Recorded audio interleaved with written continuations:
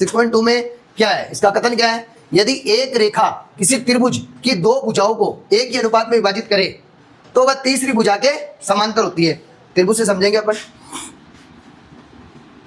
त्रिभुज बनाया ए बी सी, किसी भी प्रमेय या प्रश्न से पहले, उसको हल करने से पहले उसको समझना बहुत जरूरी है, क्या इसमें दिया गया है, क्या पूछा गया है, ठीक है, ये चीजें अपने को पता होनी चाहिए। तो ये बोल रहा है किसी त्रिभुज में एक रेखा किसी त्रिभुज की दो भुजाओं को एक ही अनुपात में विभाजित करती है। भैया दो भुजाएं कोई सी भी ले लो, चाहे ये ले लो, चाहे ये ले लो, चाहे ये दोनों ले लो, ठीक है, इनको एक रेखा है वो विभाजित कर रही है ऐसे, ठीक है, वो विभाजित कर रही है ऐसे। समांतर का नहीं बोला ना इसने, ठीक है, विभाजित कर रही है तो रेखा कैसी भी हो सकती है, समांतर भी हो सकती है और प्रतिच्छेदी भी हो सकती है। यदि एक रेखा किसी त्रिभुज की दो भुजा को एक ही अनुपात में विभाजित करती है, अनुपात दोनों का बराबर है, मींस क्या बराबर है, ये यहाँ पे अपन नाम दे देंगे इनका A B C D and E, ये नाम दे दिया। तो ये बता रहा है अपने को कि A D upon A B, sorry A B upon B D equal A upon C E, ये बराबर दिया हुआ है, ठीक है। तो अब हमें बताना है, तो एक ही अनुपात में विभाजित करें, अच्छी बात है, तो वह तीसरी भुजा के समांतर होती है। दो भुजाओं को तो कटवा लिया ना यहाँ पे, तो तीसरी भुजा कौन बची, ये। तो ये जो काटने वाली भुजा है ना, इनको समान अनुपात में काटने वाली भुजा, वो क्या होती है, तीसरी भुजा के समांतर होती है। मींस आपको ये दिखाना है DE is parallel to BC, DE समांतर है BC के, ये आपको सिद्ध करके दिखाना है। तो क्वेश्चन आपके अच्छी तरीके से समझ में आना जरूरी है, ठीक है। तो सबसे पहले अपन लिखेंगे इसका हल, हल में लिखेंगे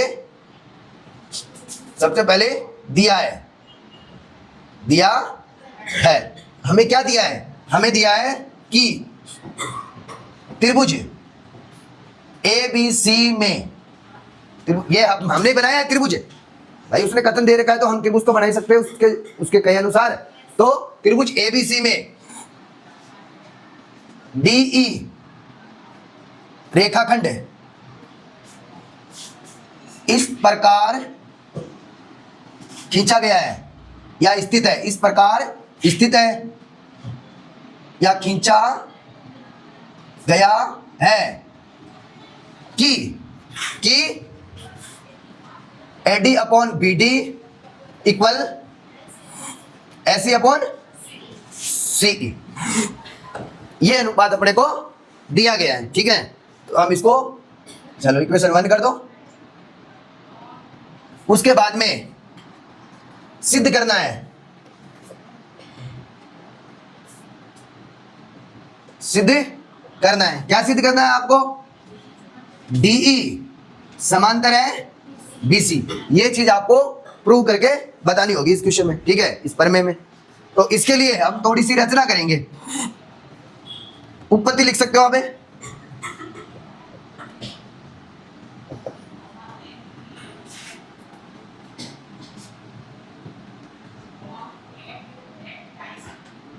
उत्पत्ति में आप रचना कर दो। रचना में त्रिभुज की भुजा AC पर ई डेस लेंगे अपन यहां, ठीक है भाई, ये तो हमें समांतर बतानी है, ठीक है। तो ई डेस अपन ने बिंदु लिया जो कि DE है ना, DE, ये समांतर लिए हमने BC के, लग नहीं रही है दिखने में, लेकिन हमने बोल दिया इसको कि भाई ये हमने समांतर ली है, तो इसको तो ले नहीं सकते, इसको तो कह दिया तो फिर बचा ही क्या, ये तो पूछ ही रहा है, तो ये लिए हमने समांतर, ठीक है। तो समांतर तो ले ही सकते हैं किसी भुजा के। AC पर E बिंदु इस प्रकार लिया कि DE डैश समांतर है BC, ये हमने रचना से लिया है कि भाई हमारा DE समांतर है BC के, ठीक है। अतः थेल्स प्रमेय से भैया जब हमारे को समांतर रेखा दी हुई आती है तब हम अनुपात बराबर करते कि नहीं करते, करते ना थेल्स प्रमेय में, लेकिन यहाँ उल्टा पूछा गया है, लेकिन हमने लिए रचना से, हमने रचना से ये समांतर रेखा ली है, तो अब ये समांतर रेखा जहां भी दोनों भुजाओं को कट करेगी उनके अनुपात तो बराबर होंगे ना। थेल्स प्रमेय के प्रयोग से अपन क्या लिखेंगे कि AD अपॉन BD इक्वल होगा AE dash and CE dash. भाई इस बिंदु का हमारे कोई काम नहीं है, हमारे है ही नहीं, यहाँ पे है ही नहीं। वैसे मान लो हमारे तो ये बिंदु है जो कि ये भुजा समांतर है, ये दोनों समांतर है, तो इनके अनुपात बराबर होंगे ना। कल पढ़े थे ना, भुजा समांतर होती है तो अनुपात क्या होते हैं, बराबर होते हैं। तो ये दोनों अनुपात क्या हो गए, बराबर हो गए। अब हम देखो कई मेथड में आपको कई जगह आपको ऐसा मिलेगा कि इस क्वेश्चन को शॉर्ट में ही सोल्व कर दिया जाता है, ठीक है, यहीं पे इसको खत्म कर दिया जाता है, ठीक है, कि AE और CE AC पर तभी संभव है जब E ये दोनों बिंदु है ना, इसको इससे कंपैरिजन करवाएंगे। इसको किससे कंपैरिजन करवाएंगे, इससे कंपैरिजन करवाएंगे, ठीक है। लेकिन अपन इसको एक जोड़ के करेंगे क्योंकि एनसीईआरटी बुक में भी +1 करके दिया गया है, ठीक है। अब हम करेंगे समीकरण 1 व 3 से ADBD दोनों में सेम है। समीकरण 1 व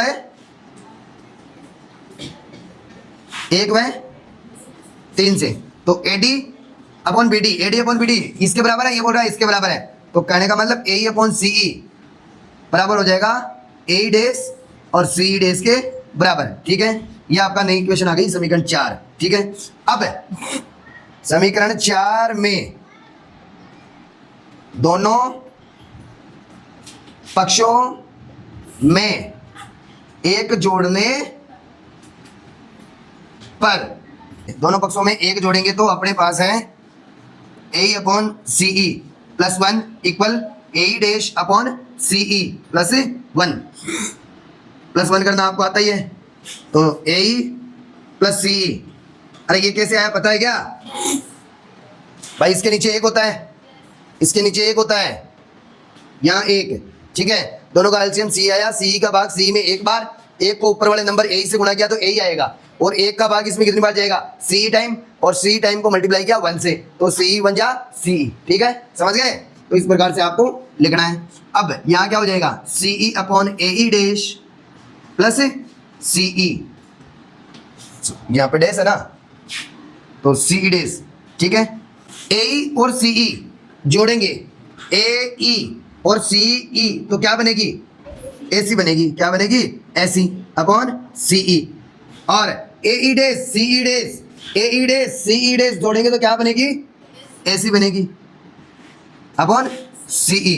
अब देखो कंपैरिजन करेंगे कि भाई AC के इक्वल है, AC के इक्वल है, तो ये क्या बन जाएगा CE dash equal CE dash यहाँ आ जाएगा, AC से AC कैंसिल हो जाएगा, CE डैश यहाँ पे, ये यहाँ पे, तो CE डैश और CE क्या है, दोनों बराबर है। और हमने शुरू में लिखा है कि त्रिभुज की भुजा AC पर E डैश बिंदु लिया था, तो बेटा पहले से ऑलरेडी E तो एक तो मौजूद है ही, अरे एक तो मौजूद है ही, क्योंकि ABC में DE रेखाखंड इस प्रकार खींचा गया, वो तो खुद खींच रहा है, तो E बिंदु कहाँ है, यहीं पे है AC में, ठीक है। और E डैश हमारा कहाँ आया AC पे, हमने रचना से लिया है भाई, रचना से लिया है कि भाई ये हमारा E डैश बिंदु है, E डैश है और ये E है, तो मेरी बात सुनो आप, ये बिंदु है C, तो CE और CE डैश कब संभव होगा, एक ही रेखाखंड पर, जब दोनों बिंदु एक ही होंगे तभी होगा ना।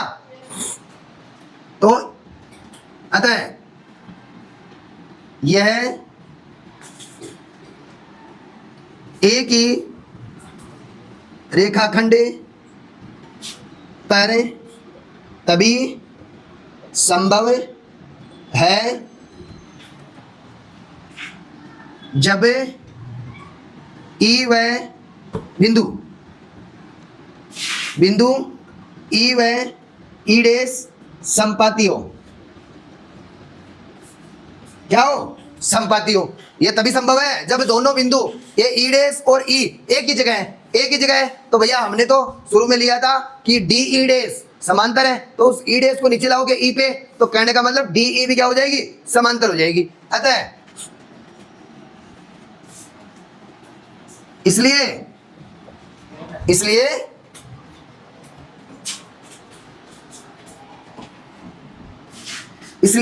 DE समांतर होगी BC इति सिद्धम, यही हमें बताना था, ठीक है। कि भाई DE समांतर बता दो। भाई DE समांतर बता दिया इसके, DE समांतर हो गए ना इसके, और ये समांतर है ही। अरे ये समांतर हमने रचना से की है, रचना से की है कि नहीं की है? और ये लाइन दोनों क्या है? एक ही है, तो इसका मतलब ये समांतर होगी। ठीक है, तो इसके बाद में हम करेंगे अब एग्जाम्पल फर्स्ट। ठीक है, यदि कोई रेखा एक त्रिभुज की भुजाओं AB और AC को क्रमशः D और E पर प्रतिच्छेद करे तथा BC के समांतर हो, मीन्स जैसे जैसे कह रहा है वैसे आपको करना। ये त्रिभुज है, त्रिभुज ABC। ठीक है, इसमें यदि कोई रेखा, एक रेखा है, अलग से खींचेंगे, त्रिभुज ABC की भुजाओं AB और AC को क्रमशः कहाँ कट कर रही है? D और E पर प्रतिच्छेद करती है और BC के समांतर हो। ये भुजा कैसे भी खींची जा सकती है, बट वो आगे बोल रहा है BC के समांतर हो, तो ये और ये समांतर दी हुई है, आपको दी हुई है। तो अब आपको ये बताना है, देखो बेटा आपने पढ़ा है थेल्स प्रमेय में, क्या पढ़ा है? थेल्स प्रमेय में आपने ये पढ़ा है कि ये रेखा समांतर देते ही है ना, अपन क्या कहते हैं? ये बटा ये, यानी इनका अनुपात, इनके पार्ट का अनुपात इस भुजा के पार्ट के अनुपात के बराबर होता है। ठीक है, पढ़ा है ना? तो हाथों हाथ अपन लिख सकते हैं, देखो क्या लिख सकते हैं कि DE parallel to BC, then according to Thales प्रमेय, थेल्स प्रमेय के द्वारा हम क्या लिखेंगे? AD बटा BD एंड AE बटा EC, ये लिख सकते हैं। लेकिन अपने को पूछ रहा है कि यदि ऐसा है, ये रेखा DE इन दोनों को प्रतिच्छेद करती है D और E पर तथा BC के क्या है? समांतर है, तो हमें बताओ, ये नहीं बताना, ये बताइए। अब आपको बताना है कि AD upon AB equal AE upon AC, ये चीजें आपको बतानी है। ठीक है, ये आपको बतानी है, यानी AD तो है लेकिन बट्टा में BD नहीं है, BD की जगह पूरा भाग है AB, पूरा भाग बताना है। ठीक है, तो ऐसे क्वेश्चंस के लिए अपन क्या करते हैं? ठीक है, +1 करके पूरा भाग बनाते हैं। क्या करते हैं? पूरा भाग बनाते हैं। ठीक है, तो इसके हल में लिखेंगे, क्या लिखेंगे? सबसे पहले लिखेंगे DE समांतर है BC, यहां लिख देंगे दिया है, ये लिखा दिया है। ऐसा देखते ही हम क्या करेंगे? हम करेंगे थेल्स प्रमेय से कि AD upon BD equal AE upon CE, Thales से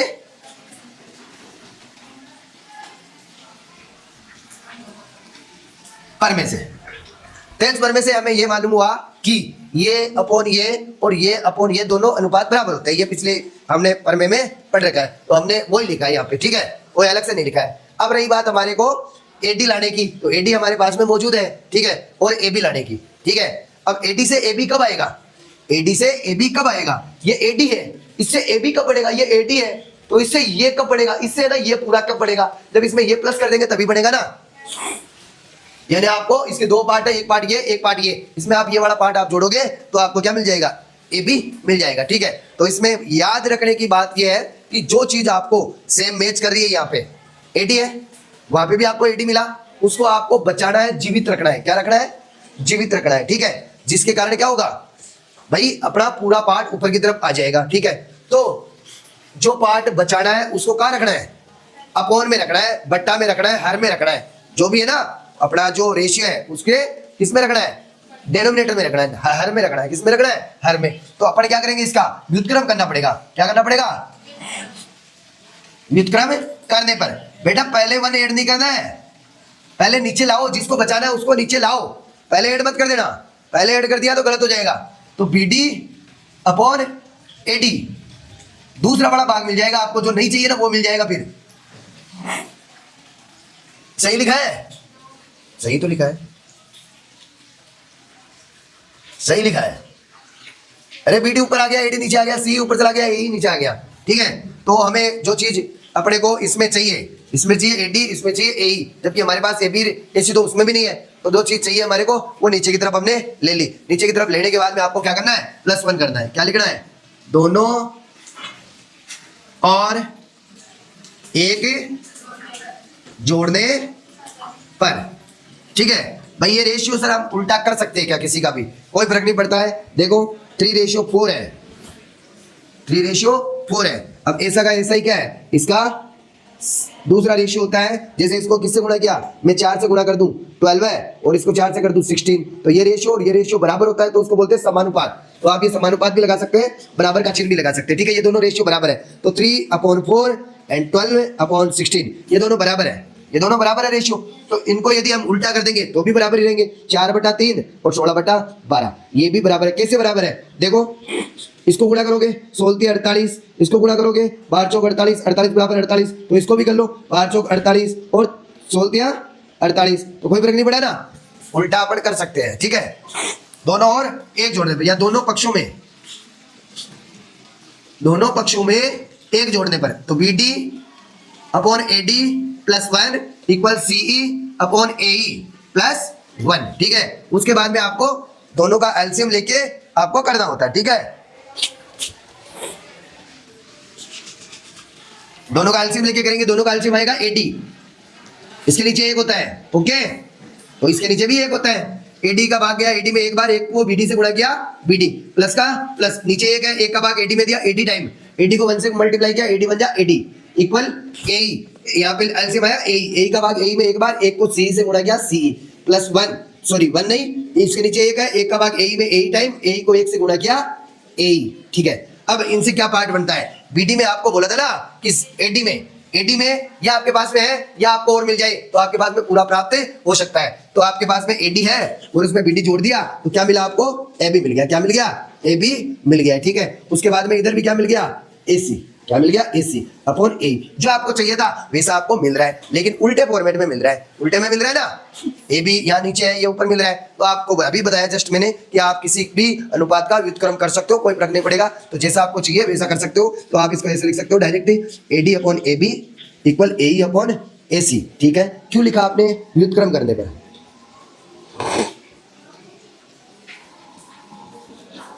व्युत्क्रम करने पर हमें ऐसा प्राप्त हुआ है, तो ये आ गया आपका इतनी शीतल। भाई आपको यही चाहिए था, आगे समझ में। एग्जाम्पल सेकंड, ABCD एक समलम है। समलम क्या होता है, पहले समलम की जानकारी होनी जरूरी है। समलम एक ऐसा चतुर्भुज जिसमें दो भुजाएं समांतर हो, बस केवल एक जोड़ा समांतर भुजाओं का हो, बाकी से कोई लेना देना नहीं है, ये हो गया समलम। क्या है ये, समलम। ABCD एक समलम है, ABCD एक समलम है जिसमें AB समांतर है CD के, ठीक है, या DC के, ये दिया हुआ है। असमांतर भुजाओं AD और BC पर क्रमशः बिंदु E और F इस प्रकार स्थित है। AD असमांतर भुजाएं कौन हुई, AD एंड BC, इन पर क्या है, इन पर बिंदु E और F इस प्रकार स्थित है कि EF भुजा AB के समांतर है। EF क्या है, AB के समांतर है, मींस ऐसे खींची जाएगी ये रेखा और ये बिंदु AD और BC पर मौजूद है, एक तो E है और ये F है। अब देखो बेटा, ये E और F यहाँ भी तो हो सकता है, लेकिन ये बेटा रेखा इसके समांतर नहीं बनेगी, तो समांतर की भी कंडीशन है ना इसके अंदर वो डाल रखी है। तो ये समांतर के हिसाब से बिंदु यहाँ पे लेंगे, ठीक है।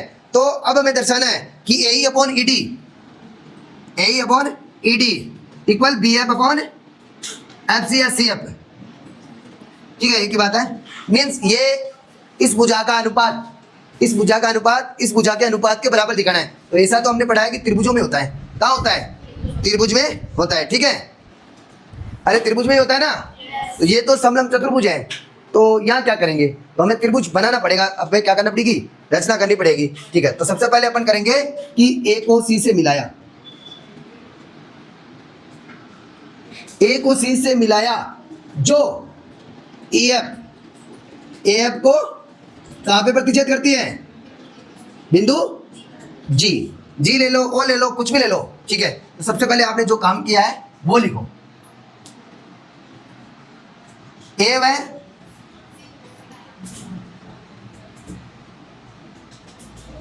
समलंब चतुर्भुज ABCD में A व C को मिलाया, जो AF को बिंदु जी पर प्रतिच्छेद करता है, ठीक है, करता है या करे, ठीक है। अब सबसे पहले हमें यह दिया गया है कि ए बी है ना, वो समांतर है इसके, है कि नहीं है। तो सबसे पहले आपको जो बात दी हुई है वो लिखो आप, ए बी समांतर है डी सी दिया है, और क्या दिया है आपको, ई एफ समांतर है ए बी, ये भी दिया है। तो जब दो रेखाएं एक ही रेखा के समांतर हो तो वे आपस में भी क्या होती है, समांतर होती है, ठीक है, ये अपन ने पढ़ रखा है। तो ए बी है, अरे डीसी है ना, डीसी ये भी ए बी के समांतर है, और ई एफ है वो भी ए बी के समांतर है, तो इसलिए डीसी समांतर होगी ई एफ की, ओके। हाँ, तो ये ई एफ है ना, ये डीसी के भी समांतर हो गई। तो होते ही हमारे को क्या मिला है, देखो ये वाला त्रिभुज मिला है ना। तो थेल्स पर में से ये समांतर भी अभी मिली है, थेल्स पर में से अपन कहते हैं कि ये बटा ये इक्वल ये अपॉन ये, ठीक है। तो अब क्या करेंगे, त्रिभुज ए डी सी में हमें ये मालूम है थेल्स पर में से ए अपॉन ई डी इक्वल ए जी अपॉन जी सी, ये थेल्स पर में से हमें प्राप्त हुई है, ठीक है। नेक्स्ट ये इक्वेशन फर्स्ट मान लो। अब इसी प्रकार क्या आप तो सीधा लिख दो, त्रिभुज सी बी ए ले लिया, त्रिभुज सी बी ए में त्रिभुज सी बी ए। अब देखो यहाँ पे थोड़ा सा आपको कंफ्यूज रहेगा कि सर ए डी सी इस त्रिभुज को ऐसे लिया है ना, तो इस त्रिभुज को ऐसे नहीं ले सकते क्या, इधर वाले को ए बी सी ले सकते हैं, कोई दिक्कत नहीं है, ठीक है। तो इनका फिर बाद में अनुपात लेना पड़ेगा ना, वो उल्टा ले लेंगे अपन। तो अपन ने लिया है सी बी ए, चाहो तो आप ए बी सी भी ले सकते हो, ठीक है। ए बी सी लिख दूं, चलो ए बी सी लिख देते हैं। त्रिभुज ए बी सी में, त्रिभुज ए बी सी में हमें क्या देखना है, यहाँ ये देना एसी रेखा है, ये दो भागों में बटी हुई है, ए जी अपॉन जी सी, ठीक है। तो ये अनुपात है इस त्रिभुज में, इस भुजा के साथ में है ना ये अनुपात, तो यही अनुपात इसके साथ में आएगा ना, तभी हमारा काम बनेगा कि ये अनुपात है इस अनुपात के बराबर है, और ये अनुपात है वो इस अनुपात के बराबर है। तब हम कह देंगे कि भाई समीकरण 1/2 से तो ये दोनों भी बराबर, यही हमें दिखाना है। तो हमें लेना कैसे है, हमने पहले क्या लिखा था, ई ए अपॉन ई डी, ये अपॉन ई डी जो कि ए जी अपॉन जी सी के बराबर है। तो अब ए जी अपॉन जी सी ही लेना है अपने को, ऐसे भी होता है सी जी अपॉन ए जी, और एक होता है ए जी अपॉन जी सी, होता है ना। तो उल्टा ले लोगे तो फिर वापस इनवर्स करना पड़ेगा, आपको इनवर्स करना पड़ेगा ना। तो इसलिए हम क्या करेंगे, जैसे हमने ए जी अपॉन सी जी लिया है वैसे इसका बी एफ अपॉन ये ले लेंगे, सी एफ सी ले लेंगे।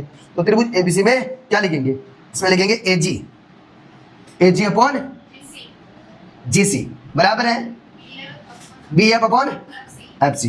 भाई आप लोग उल्टा भी लिख सकते हो उसको, जी सी अपॉन ए जी और F C upon B F, लेकिन गलती ये मत कर देना कि ए जी अपॉन सी जी लिख दिया यहाँ तो ऊपर वाला ले लिया ऊपर, और फिर दूसरी तरफ ना बराबर के इस तरफ एफ सी ले लिया, तब गलत हो जाएगा, ठीक है। इस चीज का आपको ये ध्यान रखना है कि जो ऊपर वाला लेते हैं इधर, तो बराबर के इधर भी ऊपर वाला ही लेना है। अब देखो एक ही वस्तु 9th में यूक्लिड की जो अभिधारणाएं पढ़ी है उनमें लिखा है ना कि वे वस्तुएं जो एक ही वस्तु के बराबर होती है, वे वस्तुएं जो एक ही वस्तु के बराबर होती है आपस में बराबर होती है, परस्पर बराबर होती है। तो ये वस्तु देखो, कौन वस्तु, ये हमारे लिए है B F upon F C, ये ए जी अपॉन जी सी के बराबर है, और ये ए अपॉन ई डी है ना, ये भी ए जी अपॉन जी सी के बराबर है। तो ये दोनों आपस में बराबर हो जाएगी, समीकरण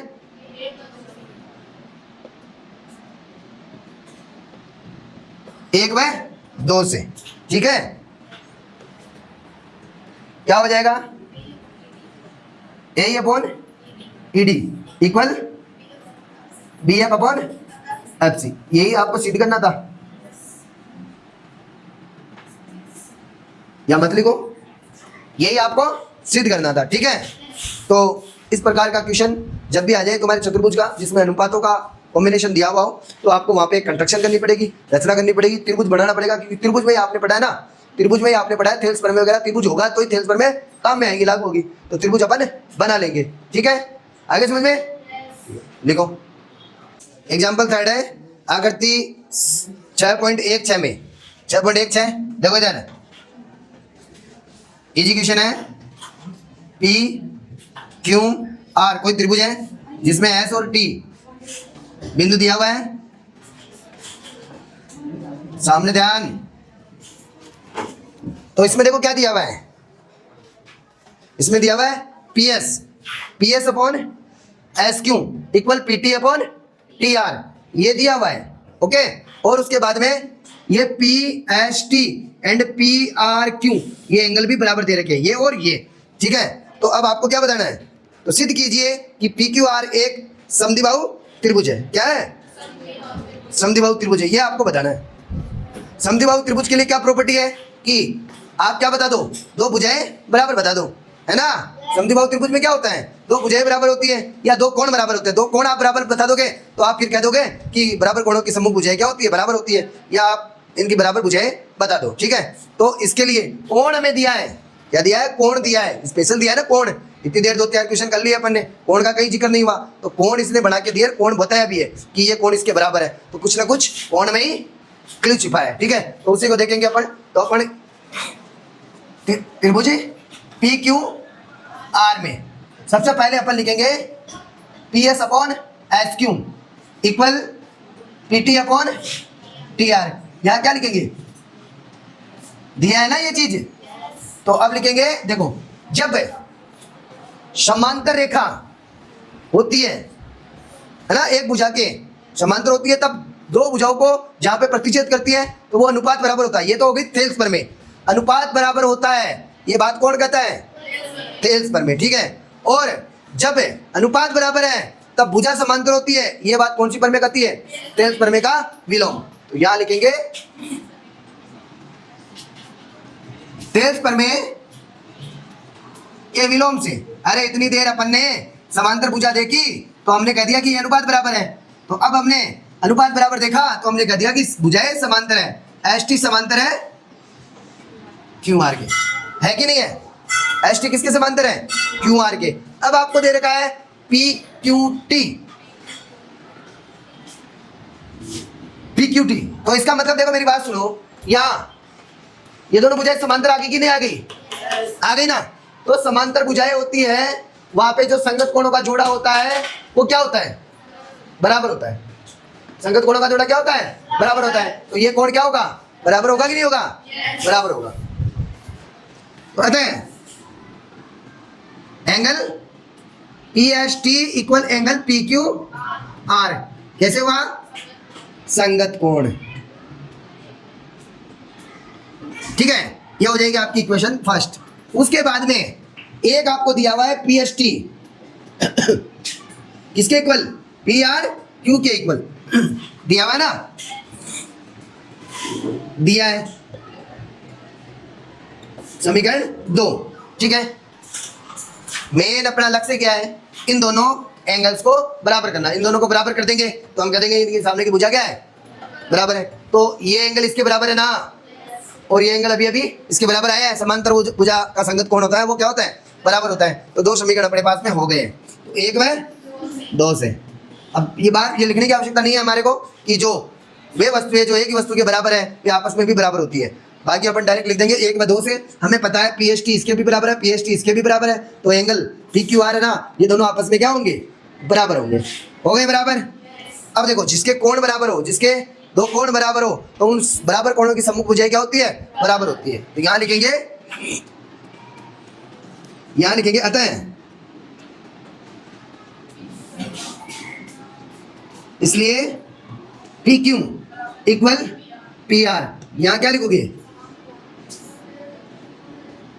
समान कोणों की सम्मुख भुजाएं बराबर होती है,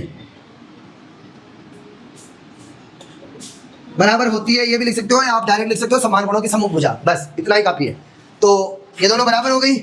अतः अरे जिस त्रिभुज में दो भुजाएं बराबर हो तो वो त्रिभुज कैसा होता है, अतः त्रिभुज पी क्यू आर एक समद्विबाहु त्रिभुज है, यही आपको बताना है इसके अंदर, ठीक है। अरे आगे समझ में? हाँ, तो इस प्रकार से आपको करना है। कोण दिया है तो कोण को माइंड में रख के कि कोण का किस प्रकार से अपन को प्रयोग करना है, यूज करना है। तो लिखो इसको, कौन सा है ये एग्जाम्पल? थर्ड।